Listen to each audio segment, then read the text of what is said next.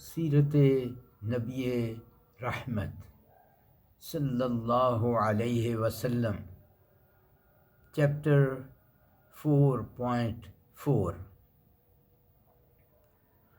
حضرت عمر بن خطاب رضی اللہ عنہ کا قبول اسلام۔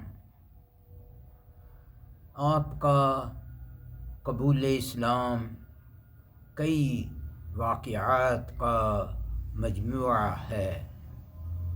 پہلا واقعہ، دوسری ہجرت حبشہ سے قبل لیلہ نامی ایک صحابیہ اپنے گھر میں اپنا سامان باندھ رہی تھی کہ حضرت عمر اس کے گھر آئے اور پوچھنے لگے کہ کہاں کی تیاری ہے۔ اس نے کہا، یہ سب تمہاری اذیتوں کی وجہ سے ہے، زندگی اجیرن بن گئی ہے۔ حضرت عمر کو اس بیچاری پر ترس آیا اور کہا، کیا تکلیف اتنی زیادہ ہو چکی ہے؟ دعا ہے جہاں بھی جاؤ اللہ تمہیں برکت دے۔ بعد میں لیلہ نے اپنے خاوند سے کہا، اس نے عمر کی آنکھوں میں رحم کی کرن دیکھی ہے۔ اس پر لیلہ کا خاوند کہنے لگا کہ عمر کبھی اسلام نہیں لا سکتا، عمر کبھی اسلام نہیں لا سکتا جب تک کہ اس کے والد کے گدھے نہ اسلام لائیں، یعنی عمر کا اسلام لانا بالکل ناممکن ہے۔ دوسرا واقعہ، حضرت عمر ایک رات حرم شریف آئے تو رسول اکرم صلی اللہ علیہ وسلم کو سورہ الحاقہ کی تلاوت کرتے سنا۔ وہ کعبہ کے غلاف میں چھپ گئے اور سرکتے بالکل رسول اکرم صلی اللہ علیہ وسلم کے پاس پہنچ گئے۔ رسول اکرم صلی اللہ علیہ وسلم کی تلاوت سے متاثر ہو کر دل میں کہنے لگے، یہ کسی شاعر کا کلام ہے۔ اس پر رسول اکرم صلی اللہ علیہ وسلم نے سورہ الحاقہ آیت نمبر 41 کی تلاوت کی۔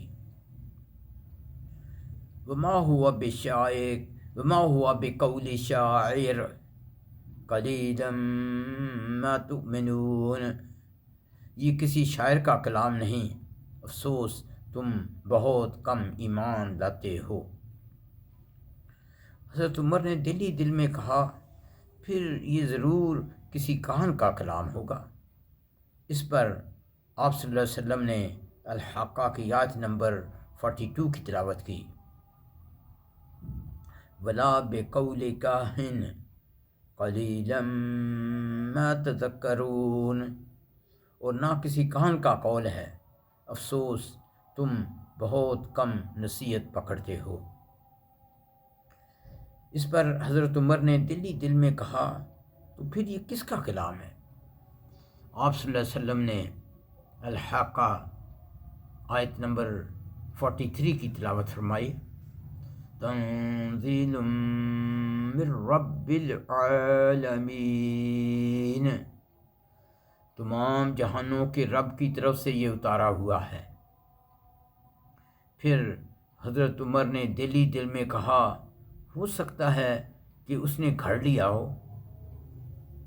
آپ نے الحاقہ کی آیت نمبر 44 to 46 کی تلاوت فرمائی۔ اس کا مطلب یہ ہے، اور اگر وہ ہم پر کچھ بھی باتیں بنا کر گھڑ کر لاتا تو ہم اس کا فوراً مواخذہ کرتے، تو یقیناً ہم اس کا دایاں ہاتھ پکڑ لیتے، پھر ہم ضرور اس کی گردن کاٹ دیتے۔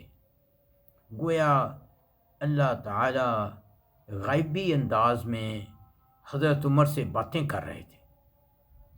رسول اکرم صلی اللہ علیہ وسلم کی وساطت سے حضرت عمر سے باتیں کر رہے تھے۔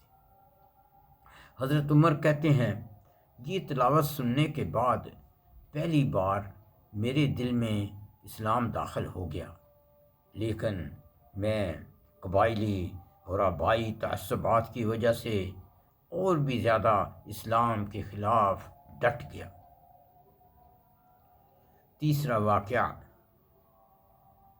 ایک بار حضرت عمر رسول اکرم صلی اللہ علیہ وسلم سے دشمنی کے جوش میں ننگی تلوار لے کر گھر سے نکلے تاکہ نعوذ باللہ رسول اکرم صلی اللہ علیہ وسلم کا کام تمام کر دیں۔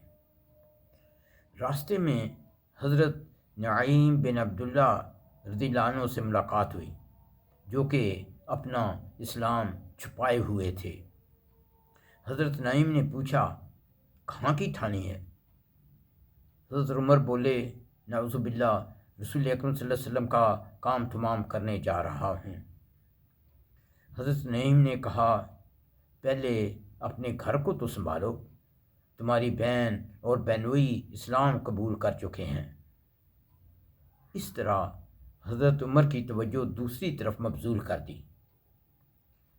حضرت عمر یہ سن کر پھر پڑے اور اپنی بہن کے گھر پہنچے۔ اندر سے قرآن کریم کی تلاوت کی آواز آ رہی تھی۔ دستک دیے، پھر گھر میں داخل ہوئے اور پوچھا، کیا پڑھ رہے ہو؟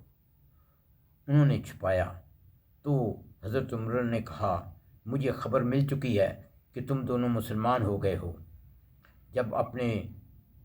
جب انہوں نے اپنے بہنوئی کو پیٹنے کی کوشش کی تو بہن آڑے آئی اور اس کے منہ پر تھپڑ لگا اور خون بہنے لگا۔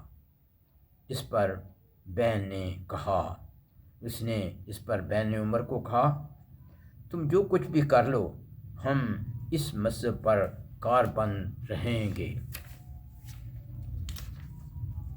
حضرت عمر یہ سن کر اور بہن کا خون دیکھ کر قدرے شرمندہ ہوئے اور کہنے لگے، مجھے وہ دکھاؤ جو تم پڑھ رہے تھے۔ بہن نے کہا، پہلے غسل کرو، پھر تم اسے ہاتھ لگا سکتے ہو۔ حضرت عمر نے غسل کیا اور پھر بسم اللہ الرحمن الرحیم پڑھی۔ کہنے لگا، یہ تو بڑے پاکیزہ نام ہیں۔ پھر سورۃ کی پہلی 14 آیات کریمہ کی تلاوت کی اور کہنے لگے، یہ تو بڑا عمدہ، بڑا محترم کلام ہے، مجھے حضرت محمد کا پتہ بتاؤ۔ یہ بات سن کر حضرت خباب رضی اللہ عنہ، جو کہ حضرت فاطمہ اور حضرت سعید بن زید کے ٹیچر تھے، باہر آئے اور کہا، اے عمر، خوش ہو جاؤ، مجھے امید ہے کہ رسول اکرم صلی اللہ علیہ وسلم نے تمہارے لیے جو دعا کی تھی وہ منظور ہو گئی ہے۔ وہ دعا یہ تھی کہ یا اللہ، عمر بن خطاب یا عمر بن ہشام کے ذریعے اسلام کو قوت عطا فرما۔ اور حضرت خباب رضی اللہ عنہ نے فرمایا کہ رسول اکرم صلی اللہ علیہ وسلم کوہ صفا کے قریب والے مکان میں ہے۔ حضرت عمر وہاں اپنی تلوار سمیت گئے تو لوگ سہم گئے۔ حضرت حمزہ نے کہا، ڈرو نہیں، اگر خیر کی نیت سے آیا ہے تو اسے ہم خیر عطا کریں گے، اور اگر بری نیت سے آیا ہے تو اسی کی تلوار سے اس کا کام تمام کر دیں گے۔ جب حضرت عمر اندر آئے تو رسول اکرم نے انہیں اس کی قمیض سے پکڑ کر جھنجھوڑتے ہوئے کہا، اگر تم اسی راستے پر قائم رہے تو اللہ تمہیں تباہ کر دے گا۔ اس پر حضرت عمر نے کہا، میں اسلام قبول کرنے آیا ہوں اور کلمہ شہادت پڑھا۔ یہ سن کر سب صحابہ نے اس زور سے تکبیر کہی کہ مسجد حرام والوں نے بھی وہ تکبیر سنی۔ حضرت عمر اتنے جرأت مند تھے کہ سب سے پہلے ابو جہل کے گھر گئے اور دستک دی۔ ابو جہل نے کہا، اہلاً و سہلاً، کیسے آنا ہوا؟ حضرت عمر نے کہا، میں نے بھی رسول اکرم صلی اللہ علیہ وسلم کا مذہب قبول کر لیا ہے۔ ابو جہل نے غصے سے دروازہ بند کرتے ہوئے کہا، تم پر لعنت ہو اور جو تم لائے ہو اس پر بھی لعنت ہو۔ پھر حضرت عمر جمیل بن معمر کے پاس گئے، جو کہ ہر نئی بات کا پرچار کرنے میں سب سے زیادہ مشہور تھا۔ اسے بتایا کہ میں مسلمان ہو گیا ہوں۔ وہ چیخ چیخ کر کہنے لگا، خطاب کا بیٹا بے دین ہو گیا ہے، خطاب کا بیٹا بے دین ہو گیا ہے۔ حضرت عمر نے کہا، یہ جھوٹ کہتا ہے، میں مسلمان ہو گیا ہوں۔ بخاری میں ہے کہ مشرکین نے حضرت عمر کے گھر پر حملہ کیا تاکہ انہیں قتل کر دیں۔ پھر عاص بن وائل نے آپ کو عمر رضی اللہ عنہ کو پناہ دی۔ حضرت عمر نے رسول اکرم صلی اللہ علیہ وسلم سے کہا، اے اللہ کے رسول، کیا ہم حق پر نہیں ہیں، خواہ زندہ رہیں خواہ مریں؟ آپ نے فرمایا، کیوں نہیں؟ تب حضرت عمر نے کہا، پھر چھپنا کیسا؟ اس رب العزت کی قسم جس نے آپ کو حق کے ساتھ بھیجا ہے، ہم ضرور باہر نکلیں گے۔ تب ہم آپ کے ہمراہ 2 قطاروں میں، ایک میں حمزہ تھے اور دوسرے میں تھا، باہر نکلے۔ ہم تقریباً 40 لوگ تھے اور خانہ کعبہ گئے۔ مشرکین کو یہ دیکھ کر بہت تکلیف ہوئی۔ اسی دن رسول اکرم صلی اللہ علیہ وسلم نے میرا لقب فاروق رکھ دیا، جو سچ اور جھوٹ میں فرق پیدا کرتا ہے۔ حضرت ابن مسعود کا بیان ہے، جب سے حضرت عمر نے اسلام قبول کیا تب سے ہم بہت طاقتور اور باعزت رہے۔ یہ حدیث بخاری میں ہے۔ اس قصے میں یہ بھی سبق ملتا ہے کہ جب کوئی اسلام قبول کرے تو اس کے لیے ٹیچر مقرر کرنا چاہیے اور تعلیم و تربیت کا عمل مصائب و تکالیف کے دوران بھی جاری رکھنا چاہیے۔ بخاری میں ہے کہ رسول اکرم صلی اللہ علیہ وسلم نے فرمایا، تم سے پہلے ایسے اشخاص تھے جن سے فرشتوں نے کلام کیا، لیکن وہ لوگ نبی یا رسول نہیں تھے، اور اگر میری امت میں کوئی ایسا شخص ہے تو وہ حضرت عمر ہے۔ مندرجہ بالا تینوں واقعات سے ظاہر ہے کہ گو حضرت عمر ظاہری طور پر سخت مزاج تھے، لیکن آپ کا دل نرم تھا، اس میں بھلائی اور دوسروں کے لیے رحم دلی مخفی تھی۔ بس اگر کسی کے دل میں کچھ بھی بھلائی ہو تو اللہ تعالیٰ ضرور ہدایت عطا فرماتا ہے۔ یہی بات حضرت خالد بن ولید، حضرت ابو سفیان، حضرت عمر بن العاص، حضرت اکرمہ بن ابو جہل پر بھی لاگو ہوتی ہے۔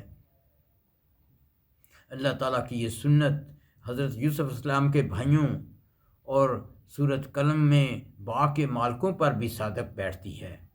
اللہ تعالیٰ نے انہیں ہلاک نہیں کیا بلکہ بتدریج ہدایت عطا فرمائی، کیونکہ ان میں بعض کے دلوں میں نیکی تھی۔